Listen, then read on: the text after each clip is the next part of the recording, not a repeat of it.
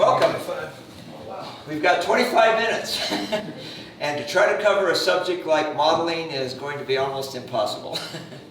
But what I want to do today, and by the way, my name is Woolford. Been playing the guitar for I don't even know how many years anymore now. I lost track at 50 now.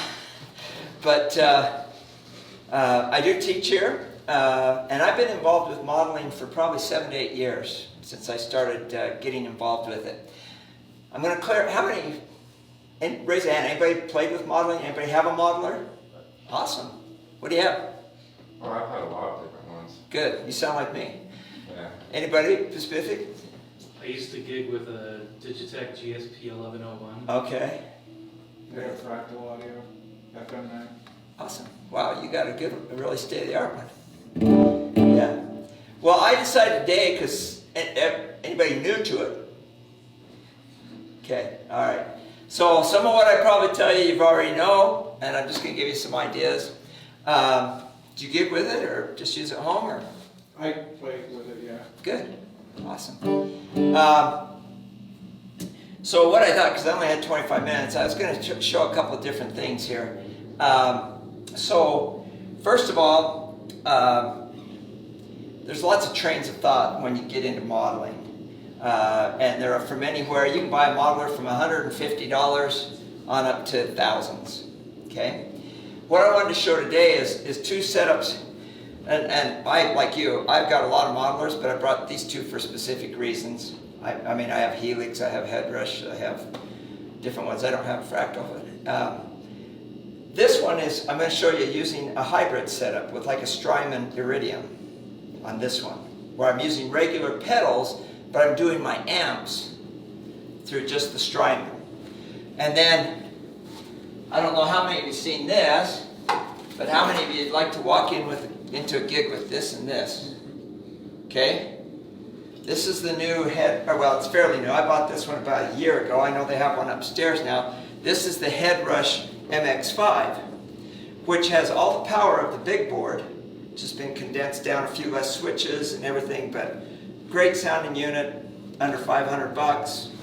Powerful unit. So I kind of call that one, this one my fly, and I just keep one little pedal on it for some boost. It's a Sunset or Riverside by Strymon. I'm just going to go ahead and plug it in so we can kind of do a couple things. So what I'm not here to tell you is that I'm not telling you to sell your amps and get a modeler. Okay? I really believe in great amps too, and I've got a couple. But I've been playing with it, like I said, for off and on in my life situations with the type of bands I play with and stuff.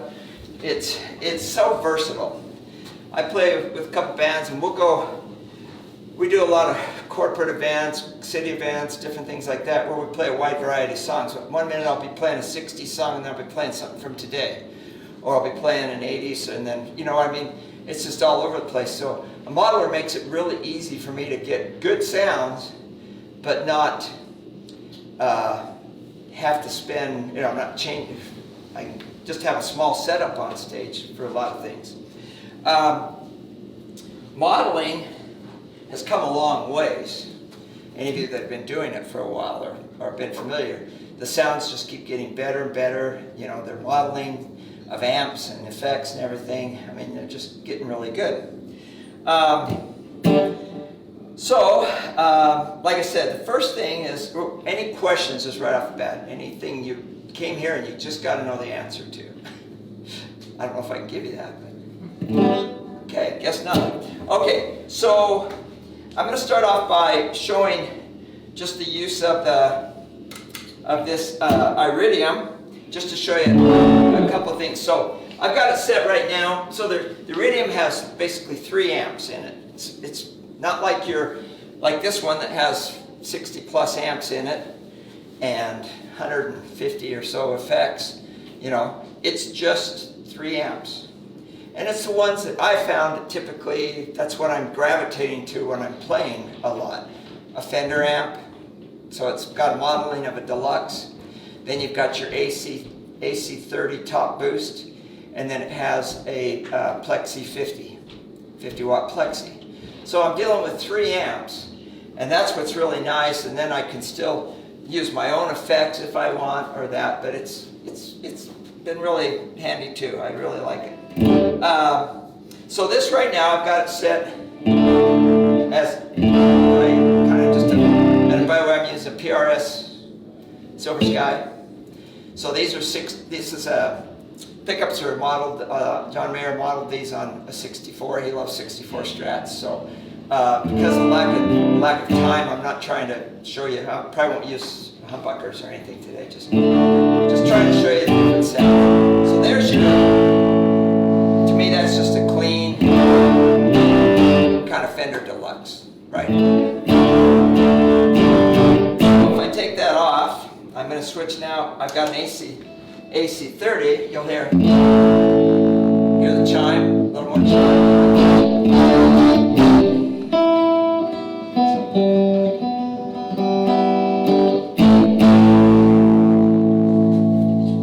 Little chimier. Strymon works great with effects. Little delay, flipping some reverb.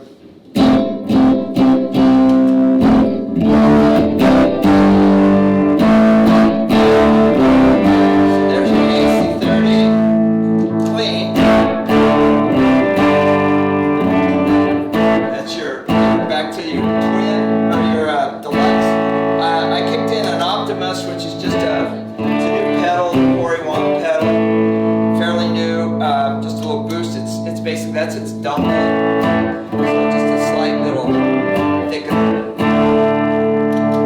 But basically I just want to show those two different sounds there. And you can set it just like an amp. I can overdrive it.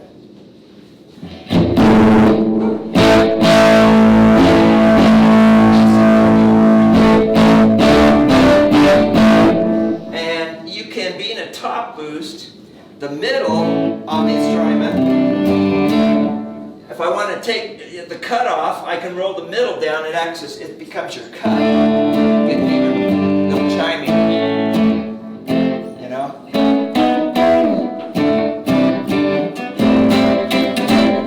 Like that kind of stuff. Any questions on that? But that's just using it with regular pedals. So you can really dial it in, but basically just switching from those 3 amps. I do have a question. Yes. Does that Strymon, does it have like an effects loop so you can put like the overdrives in front and the... No, what it recommends, if you're going to do that, you put them after the Strymon. Okay. You just put them after the Strymon. Yeah, that doesn't. Whereas this little MX5 does have effects loops in it and stuff.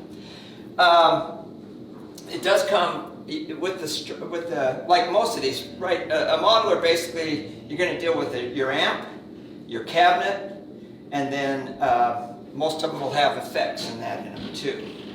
This is a little different. It's just the 3 amps. It comes with 9 IRs, 3 for each model. Like it's got three cabinets IRs for the Fender. It comes with 3 for the AC30. And then 3 for the Plexi. There is software that comes with it, so you can load any IR you want into it. If you have your own favorites, or you go out and purchase some own hammer or some of those, so you can do all that. Again, it's designed just to be the amps, and then you use your. So like right now, just to show you that cab. That was on the left. I just switched it to one of the other cabs it uses for the Fender is a twin. You know, it's one a little bigger. This is the single deluxe cab.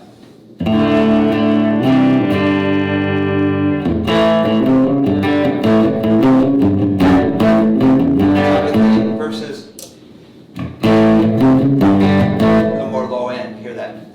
beefy, without touching the tones or anything, you know. Just the cabs. But again, there's software. You can load any cabinet you want in. Okay.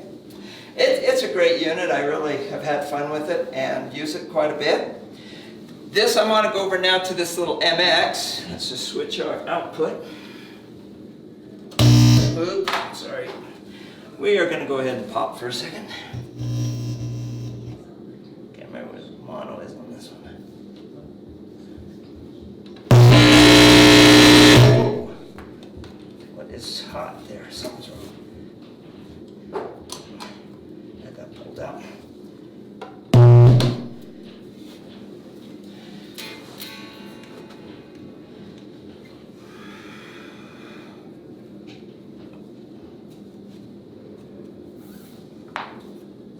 Okay, one minute. Reboot it.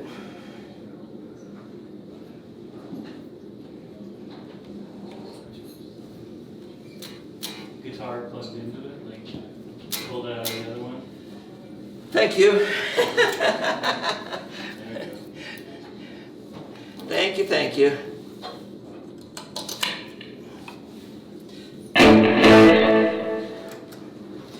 So, the other thing I want to say about if you're new to modeling, one of the things I found is you buy one, you better plan on spending a lot of time with it. Would you agree? Oh, yeah.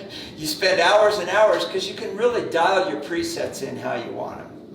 Now, the other thing is, where this one doesn't have anything what we call like scenes or that, a lot of your others, like your helixes, your head rushes, they are set up where you can actually program your amp and some pedals, but then you can set up scenes. So like when you're playing, you can switch. Like if you wanted this for your verses, this for your chorus, this for a bridge, you can switch. Like, and it's not just switching and turning on. You know, one of the reasons I love this is playing. I'm not having to do a big tap dance. You know, I can be playing, basically hit once and I want to go to something that's more chorusy. I can just switch.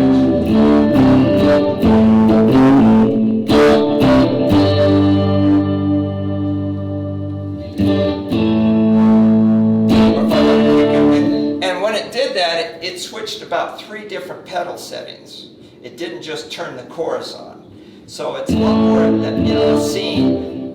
Headrush will call them scenes. Helix calls them snapshots. I'm not sure what Fractal calls them. Scenes too. That type of thing. Then if I got to go into a solo, kick into my solo, you know. All that, I never changed the parameters of the amp and that, basically that kind of stuff. I'm just changing what I'm doing, like if I was tap dancing on a pedal board like this. So that's where I find them really helpful. And again, like, you can go from something like that to, I mean, they've got just tons of presets in there that you can build and store. And so I'll use it where I put a whole, like if I'm doing a 3-hour gig, I'll just line everything up. It's my set list right there. I can just go right through it and just be switching from song to song to song. Just to give you a big change, let's say we're doing Jump, Bill Van Halen tune, something like that, you know. Then I'm doing the that fast, boom. Or I can go right, you know, and then I go from that. I can go right back to like, how about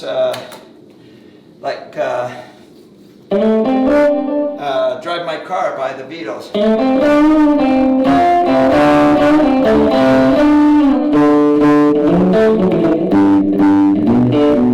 You know, so it's just, that's the beauty to me of modeling, is the convenience of being able to switch, move around.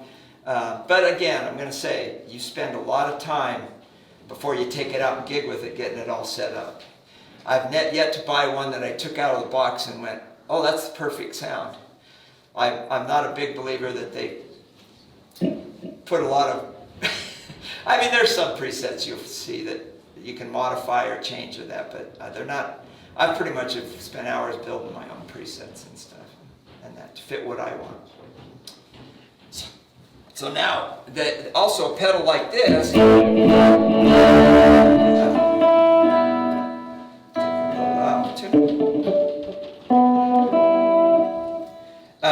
also takes pedals really good. I'm just using a little boost. So now I'm going to use the Strymon to boost that into a little heavier. You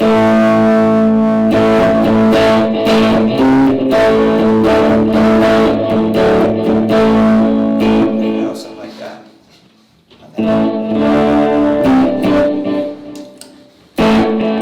So, any questions now? Now we've gotten into it a little bit. How do you get your scene levels? I find that's one of the hardest things between presets. It is. Making them consistent. You jump from one to the other and the volume. I usually have to dial each one to make that consistency. Yeah, do you do it like at a PA board to see the level, or you just by ear? No, I do it to me. The beauty of me of modeling too is I've spent so many years miking cabinets and stuff, and then I never knew for sure, I never knew for sure what I was getting out front. Yeah. You know what I mean? When I went to more modeling with live and stuff, the thing I found was that now I can hear, because I'll feed back. I mean, I'll feed, what I mean feedback is I'll send back to me a little bit in my modeling, or into my monitors or my in-ears, you know? And I'm hearing what they're doing now. If they've changed anything, I'm going to hear it. Yeah. That's what I love about it, because I'm sitting and a lot of times I'll just say, you know, unless you really feel like there's something, don't mess with it, you know? Yeah. And then the other thing that's important, let's go to the cabinet. You're going to use the power. They're not really designed to go into another guitar amp. You can, there's ways you can do it, but that's not really, they're designed to go into some type of we use PA cabinets a lot, or what we call an FR cabinet, you know, where they're flat response cabinet. I had Braxton set that to flat. So whatever tones I can generate here, so if I change my tone, it hopefully won't affect what they do out the board. But great questions. It's great questions. Any others? Oh, there's got to be a few. Trying to think. So, again, my reasoning, and like I say, there are times I still use regular amps and stuff like that, but my reasoning is convenience. You know, especially after I've done my homework, so to speak, at home and built my patches and got everything ready, and the convenience of it, the ability that I have to know what kind of sound I get. The same, what I'm hearing on stage should be what's going out, what they're hearing out front. That's what I love to hear. Yeah, another benefit is, like, if you're bringing a guitar amp in, and depending on the venue that you're playing in, like, you could get a lot of feedback, or it's not loud enough, and so having a modeler, like, it going through the front of the house, like, allows you to sound. Exactly. When I clicked on that little Van Halen sound, I mean, to get that sound with an amp, you're going to be massively loud, but yet I can model it and get it at a very, you know, low volume. They're great for home. I mean, they're great for, you know, bedroom use, all that kind of stuff, because they all come usually equipped with headphone jacks. Even this little Strymon has a headphone out on it. You know, so they come with stuff so you can, you know, my normal playing time at home is usually after 10 o'clock at night. You know, I'm spending an hour and a half practicing or going through song lists or different things like that, and I'm just on headphones and playing away. And I'm getting the same sound here now that I know when I go out and gig, I pretty much will have. So you mentioned that sometimes you would use an amp and sometimes you use your modeler. Why would you use one over the other? What type of situations would you use one rather than Depends sometimes on the venue I'm playing. You know, like, you know, done some stuff, running bands, big bands, different things like that. You got to fit the mold and bring a big amp or something. You know what I'm saying? Sure. But that's the beauty of this little pedal board, because I can bypass if I want to take. This is kind of 90% of my pedals I use. I can bypass, boom, and I just bypass the iridium, and I can go straight into an amp and still have all my pedals. Or I can run that directly into a PA system or an on stage. I'll usually still use a cabinet on stage. I'll usually have a cabinet, like I use a couple of these, because I usually run stereo behind me on stage. And then I'll have some feeding through the monitor or my in-ears a little bit. And then that's for me to really make sure of what they're getting out there. Does that make sense? Yeah. Yeah. What are you using for FRs on stage? I use two setups. For just smaller things, I'll use I've got a set of Alto 12-inch, those Alto 3000s, the model TS 3000s, just kind of similar to these. And then if it's a bigger gig, I've got a Strymon 700 power amp that's made for modelers. And then I run that into a couple of cabinets, actually guitar cabinets. So it's stereo out. And you go guitar cabs and then bypass your IRs? Or do you... Actually, I've found with some of the settings I'll make, I make them so that I can use both. Okay, so you do one of each. Got it. Yeah. Great question. Yes, sir. Can you talk about modeling in the context of recording? Awesome.